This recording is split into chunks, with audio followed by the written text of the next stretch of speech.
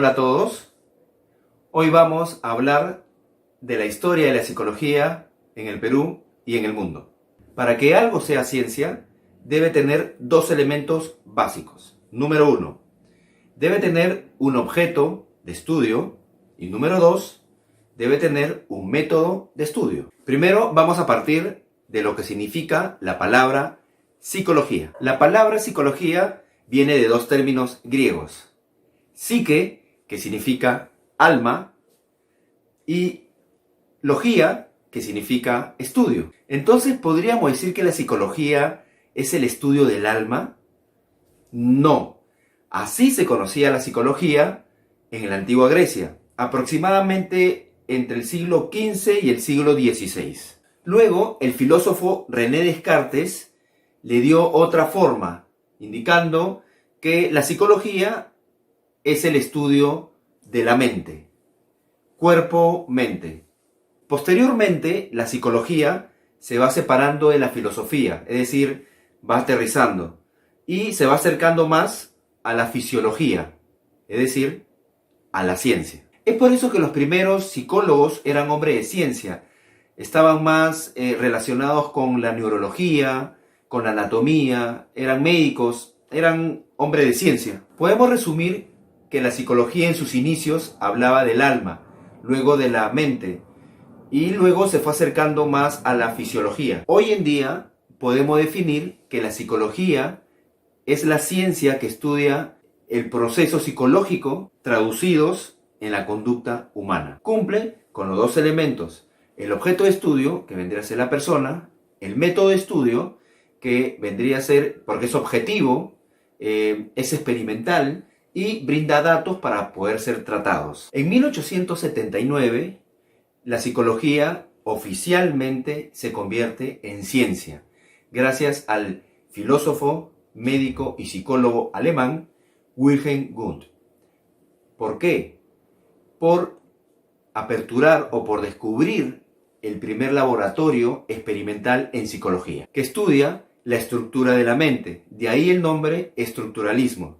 Lo llamaban también el padre de la psicología. Luego, en Estados Unidos, aparece el funcionalismo, con William James, que estudia ya no la estructura, sino el funcionamiento de la mente. Hoy en día, podemos hablar de tres grandes fuerzas de la psicología: el psicoanálisis, el conductismo y el humanismo.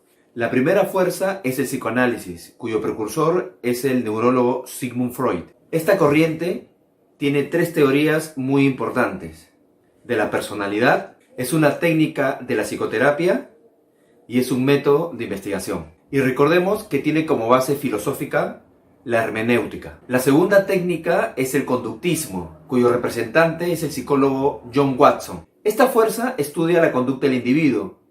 Es por eso que John Watson decía que el inconsciente no se debe estudiar, porque no se puede observar, no se puede ver. Y su base filosófica es el pragmatismo. La tercera fuerza es la psicología humanista, con el representante, el psicólogo Abraham Maslow. Esta fuerza se basa en el presente, en el aquí, ahora, darle un sentido a la vida, cuya base filosófica es el existencialismo. En la época de la colonia, después de la invasión española, al Tahuantinsuyo se concretó la conquista.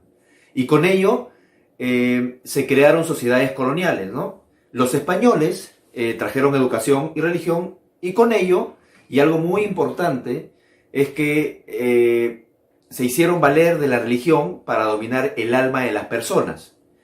Y de esta forma sirvió para el uso político del momento. De 1890 a 1920, el positivismo y espiritualismo llegaron al Perú como dos posturas totalmente opuestas dentro de un mismo contexto.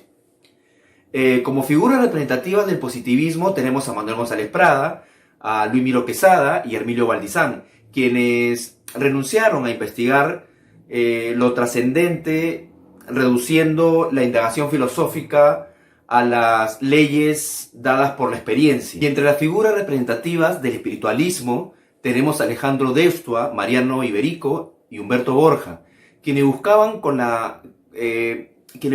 la creadora de la actividad psíquica a la que concebían como la actividad de expresión, de configuración y síntesis. En el Perú, en los años anteriores a 1930, tenemos al pionero de la psicología como Walter Blumenfeld, quien influyó poderosamente en el concepto de la psicología, adheriéndole la corriente científica a esta disciplina. Honorio Delgado, que critica la psicología experimental considerando que ésta limita la observación a los fenómenos aislados. Para él, la psicología le compete la investigación de la vida psíquica. Hermilio Valdizán, que buscó desentrañar los aspectos del comportamiento normal y patológicos de los antiguos peruanos y la etiología de la alienación mental. Por otro lado, los estudios de la psiquiatría social de Humberto Rotondo, quien investigó sobre la adaptación de migrantes provincianos a la capital de la República. Y Carlos Alberto Seguín, quien desarrolló el concepto de síndrome psicosomático de adaptación. Sin duda, estos personajes influenciaron y prepararon el camino para la llegada de la carrera de psicología a la Universidad Mayor de San Marcos en el año 1953. Esto fue un breve resumen sintetizando la historia de la psicología en el Perú y en el mundo. Gracias.